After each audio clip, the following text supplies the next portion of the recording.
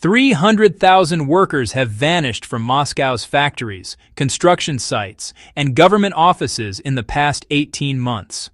This isn't just a labor shortage. This is the beginning of an economic earthquake that threatens to bring Vladimir Putin's entire power structure crashing down. While state television broadcasts stories of economic growth and industrial success, the reality on Moscow's empty assembly lines tells a completely different story. Today, we reveal how the mass exodus of skilled workers is creating a crisis so severe that even the Kremlin's propaganda machine cannot hide it anymore. Welcome back to the channel where we expose the cracks behind the curtain. The numbers don't lie, but Moscow certainly tries to hide them.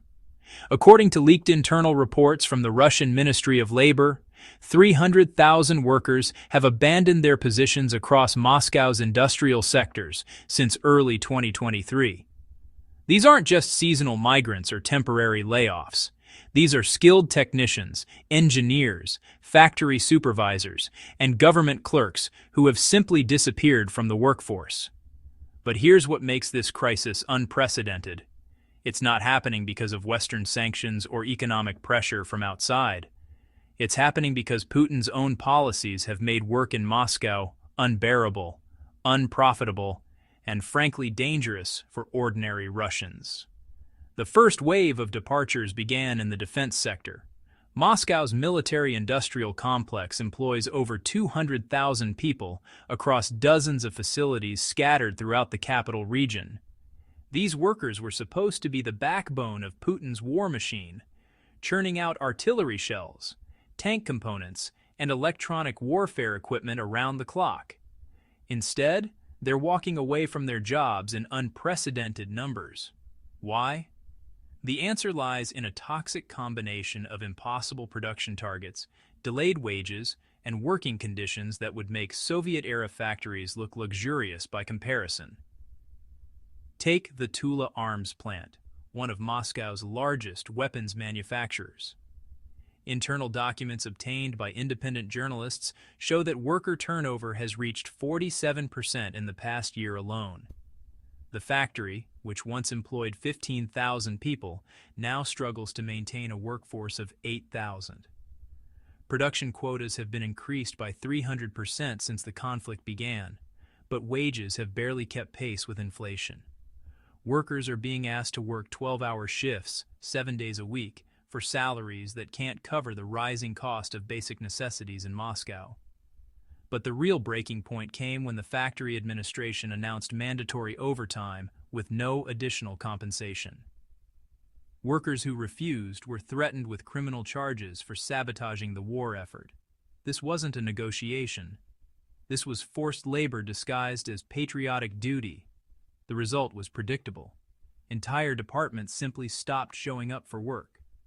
Some workers relocated to other regions where industrial jobs still pay living wages. Others left Russia entirely, joining the brain drain that has already cost the country over 1 million professionals since 2022. The construction industry tells an even more dramatic story of collapse. Moscow's building boom, which defined the city's skyline for 2 decades, has ground to a virtual halt. Not because of a lack of projects, but because there's nobody left to build them. Construction sites across the capital site half-finished, with cranes standing motionless against the Moscow skyline like metal monuments to economic failure. Sergei Volkov, a former construction foreman who worked on luxury residential projects in central Moscow, describes the situation as a complete breakdown of the industry's workforce. Speaking from his new home in Kazakhstan, Volkov explains how construction wages in Moscow have become worthless. The ruble's purchasing power has eroded so dramatically that workers can no longer afford to live in the city they're helping to build. A construction worker's monthly salary, which once covered rent, food, and transportation with money left over, now barely covers the cost of a single room in Moscow's outskirts. The irony is staggering.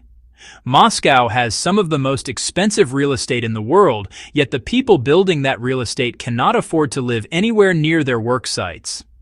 Construction workers are commuting 3 to 4 hours each way from distant suburbs where rent is affordable, turning their daily routine into an exhausting marathon that leaves little time for family or rest.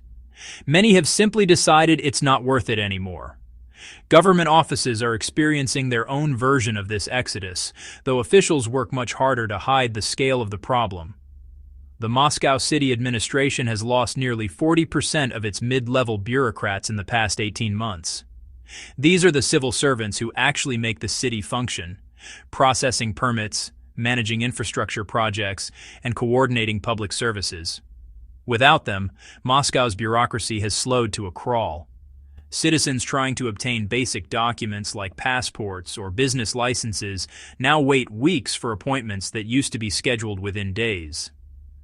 Construction permits that once took a month to process now require 3 to 6 months of bureaucratic delays. The city's ability to maintain its own infrastructure is deteriorating rapidly, with pothole repairs delayed for months and public transportation maintenance falling behind schedule. The psychological impact of this workforce collapse cannot be understated. Moscow has always prided itself on being Russia's economic engine, the city where ambitious Russians came to build their careers and achieve prosperity. Now it's becoming a place that skilled workers actively avoid. Young professionals are choosing to start their careers in St. Petersburg, Novosibirsk, or even smaller regional cities where wages stretch further and quality of life remains reasonable. This brain drain is creating a vicious cycle that threatens to accelerate Moscow's decline. As skilled workers leave, the city's economic productivity decreases. Lower productivity means fewer tax revenues for the city government. Reduced revenues mean cuts to public services and infrastructure investment. Poor public services make the city less attractive to the remaining skilled workers, encouraging even more departures. The retail and service sectors are struggling with their own version of this crisis. Restaurants, shops, and hotels across Moscow report chronic staffing shortages that force them to reduce operating hours or close entirely. The famous gum department store on Red Square has had to limit its hours because it cannot find enough sales staff willing to work for the wages it can afford to pay. Restaurants in trendy neighborhoods like Arbat and Tverskaya are closing early or operating with skeleton crews because kitchen staff and waiters have found better opportunities elsewhere. Moscow's tech sector, once considered the jewel of Russia's modern economy, has been absolutely devastated. Software developers, systems administrators, and digital marketing specialists have left the city in massive numbers, either relocating to tech hubs in other countries or shifting to remote work arrangements that allow them to live in cheaper Russian cities while maintaining their Moscow salaries. The result is a hollowing out of the industry that took decades to build. What makes this situation particularly dangerous for Putin's regime is that it's not driven by political opposition or foreign interference. These workers aren't leaving because they disagree with government policies or want to protest the war. They're leaving because the basic economic equation of living in Moscow no longer makes sense.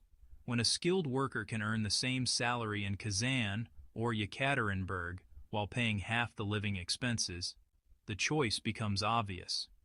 The government's response to this crisis has been characteristically tone-deaf and ineffective. Instead of addressing the root causes of worker dissatisfaction, officials have focused on preventing departures through bureaucratic obstacles and legal threats. New regulations make it more difficult for workers to transfer their employment records to other regions. Tax penalties have been imposed on companies that relocate their operations outside of Moscow. Some workers report being threatened with criminal charges if they attempt to leave their jobs in strategic industries. These heavy-handed tactics are backfiring spectacularly. Rather than encouraging workers to stay, they're accelerating the exodus by confirming workers' suspicions that the government views them as economic prisoners rather than valued citizens. The message is clear. If you're skilled and productive, the state will try to trap you in Moscow regardless of whether you can afford to live there. The demographic implications of this workforce exodus extend far beyond immediate economic concerns. Moscow is losing its youngest and most educated residents, the people who should be starting families and building the next generation of Russian professionals. Birth rates in the capital have plummeted as young couples delay having children or leave the city entirely in search of affordable family life elsewhere. This demographic crisis is creating a generational gap that will haunt Moscow for decades to come. The city's population is aging rapidly as young families flee and older residents remain trapped by property ownership or pension obligations. Schools in central Moscow districts are reporting declining enrollment as families with children relocate to regions where housing costs don't consume entire monthly salaries. The irony is bitter. A city that once attracted Russia's brightest minds is now driving them away through sheer economic incompetence. The ripple effects of this workforce collapse are spreading throughout Russia's entire economic system. Moscow has always served as the financial and administrative heart of the country, processing everything from international trade agreements to domestic tax collection. When the capital's bureaucratic machinery breaks down, the entire nation feels the impact. Regional governments report delays in receiving federal funding approvals. International business deals stagnate as Moscow-based negotiators disappear from their posts without adequate replacements. Foreign companies operating in Russia are witnessing this meltdown firsthand. Multinational corporations that maintained Moscow offices as their Russian headquarters are struggling to find qualified local staff. Executive assistants, financial analysts, and project managers who once competed fiercely for these prestigious positions are nowhere to be found. Some companies have resorted to importing workers from other Russian cities, paying relocation bonuses that would have been unthinkable just 2 years ago. The energy sector, supposedly Russia's economic crown jewel, is experiencing its own staffing apocalypse. Gazprom's Moscow headquarters has lost nearly a third of its technical staff. These aren't just office workers pushing papers. They're petroleum engineers, pipeline specialists, and financial analysts who understand the complex logistics of moving Russian energy to global markets. Their departure is creating operational blind spots that threaten the efficiency of Russia's most important industry. Oil and gas facilities outside Moscow are reporting similar problems. Skilled technicians trained in Moscow are refusing transfer assignments that would require them to work in remote locations while maintaining Moscow living expenses. The choice between career advancement and financial survival is forcing many to abandon the energy sector entirely. Some are retraining in completely different fields. Others are starting small businesses in provincial cities where overhead costs allow for actual profit margins. The transportation infrastructure connecting Moscow to the rest of Russia is also crumbling under this workforce shortage. Air traffic controllers, railway engineers, and logistics coordinators have abandoned their posts in alarming numbers. Sheremetyevo Airport, one of Europe's busiest transportation hubs, operates with reduced capacity because it cannot maintain adequate staffing levels. Flight delays and cancellations have become routine as the remaining controllers work dangerous overtime shifts that compromise safety standards. Railway operations face similar challenges. The Moscow Metro, once a symbol of Soviet engineering excellence, struggles to maintain its reputation for reliability. Train operators, maintenance technicians, and station supervisors are leaving faster than they can be replaced. Service disruptions that were once rare now occur weekly, forcing millions of Muscovites to find alternative transportation methods that often don't exist. The healthcare system presents perhaps the most tragic example of this workforce exodus. Moscow's hospitals and clinics have lost thousands of doctors, nurses, and medical technicians who can no longer afford to live in the city where they save lives. Medical professionals report impossible choices between maintaining their Moscow practices or relocating to regions where their salaries actually cover living expenses. The result is a healthcare crisis that affects everyone from government officials to ordinary citizens. Emergency medical services operate with skeleton crews that compromise response times across the capital. Specialized medical procedures are delayed for weeks as hospitals struggle to maintain adequate staffing in critical departments. The irony cuts deep. Moscow's medical facilities have some of the most advanced equipment in Russia, but they lack the human expertise to operate it effectively. Educational institutions throughout Moscow face their own version of this crisis. University professors, school teachers, and research scientists are abandoning the capital for positions in regional cities where academic salaries retain some purchasing power. Moscow State University, Russia's flagship academic institution, reports faculty shortages in critical departments. Physics, engineering, and computer science programs operate with reduced course offerings because qualified instructors have found better opportunities elsewhere. The brain drain from Moscow's universities creates a cascading effect throughout Russia's entire educational system.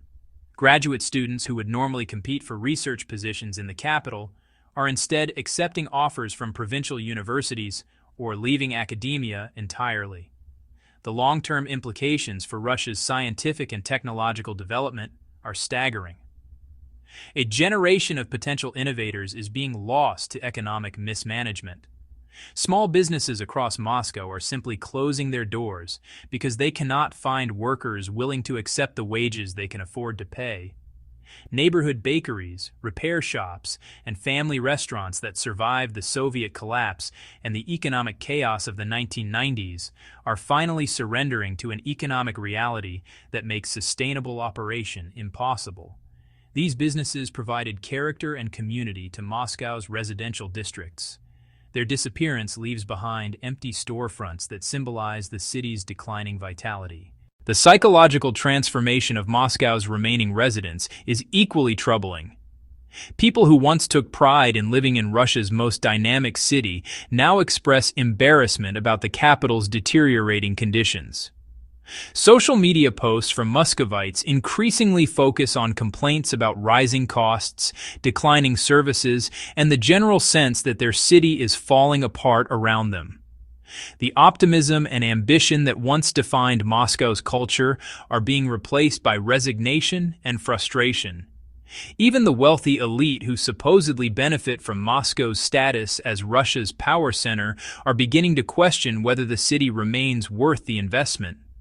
Luxury apartment prices have started declining for the first time in decades as affluent Russians consider relocating to St. Petersburg or even international destinations where their money provides better value. When the rich start abandoning Moscow, it signals that the city's problems extend far beyond working-class economic concerns. The government's attempts to address this crisis through propaganda and manipulation are failing spectacularly. State media continues to broadcast stories about Moscow's prosperity and growth, but residents see the reality every day in empty offices, closed businesses, and deteriorating public services. The disconnect between official narratives and lived experience is destroying whatever credibility the authorities had left. International observers monitoring Russia's economic situation are documenting this workforce crisis with growing alarm. European intelligence agencies report that Moscow's industrial output has declined by over 30% in sectors not directly related to military production. This collapse is happening despite government claims of economic resilience and growth. The gap between official statistics and observable reality has reached levels that even seasoned Kremlin watchers find shocking. Financial institutions operating in Moscow paint an equally grim picture. Bank executives report massive withdrawals as residents liquidate their savings to relocate elsewhere or simply survive rising costs. Credit applications have plummeted because potential borrowers either cannot qualify for loans or refuse to take on debt in an economy they no longer trust. The banking sector, which once drove Moscow's transformation into a modern financial center, now operates in survival mode. Real estate markets across the capital reflect this demographic hemorrhaging in stark terms. Rental properties that commanded premium prices just 2 years ago now sit vacant for months. Landlords report prospective tenants who earn decent salaries but still cannot afford Moscow's inflated housing costs. The rental market has become a perfect storm of high prices and disappearing renters, forcing property owners to slash rates or accept long-term vacancies. Commercial real estate tells an even more devastating story. Office buildings in Moscow's financial district report occupancy rates below 60% as companies either relocate or simply cease operations. Business parks that were fully leased throughout the 2010s now resemble ghost towns with empty parking lots and darkened windows. The economic ecosystem that took decades to develop is unraveling with breathtaking speed. Moscow's cultural institutions are experiencing their own version of this exodus. Musicians, artists, theater directors, and museum curators have abandoned the capital in search of environments where creativity doesn't require choosing between artistic integrity and basic survival. The Bolshoi Theater struggles to maintain its world-renowned reputation while losing talented performers to international opportunities or simply to economic necessity. The workforce exodus consuming Moscow isn't just an economic crisis. It's the death rattle of a system that has betrayed its own people. While Putin threatens the world with nuclear weapons and promises of victory, his capital city empties out one skilled worker at a time. The regime can silence journalists and imprison dissidents, but it cannot force qualified professionals to accept poverty wages in an unlivable city. History will remember this as the moment when Russia's greatest asset, its human capital, simply walked away from the lies. What do you think? Can Moscow recover from this demographic catastrophe, or is this the beginning of the end for Putin's economic model? Leave your thoughts below. Stay informed, stay vigilant.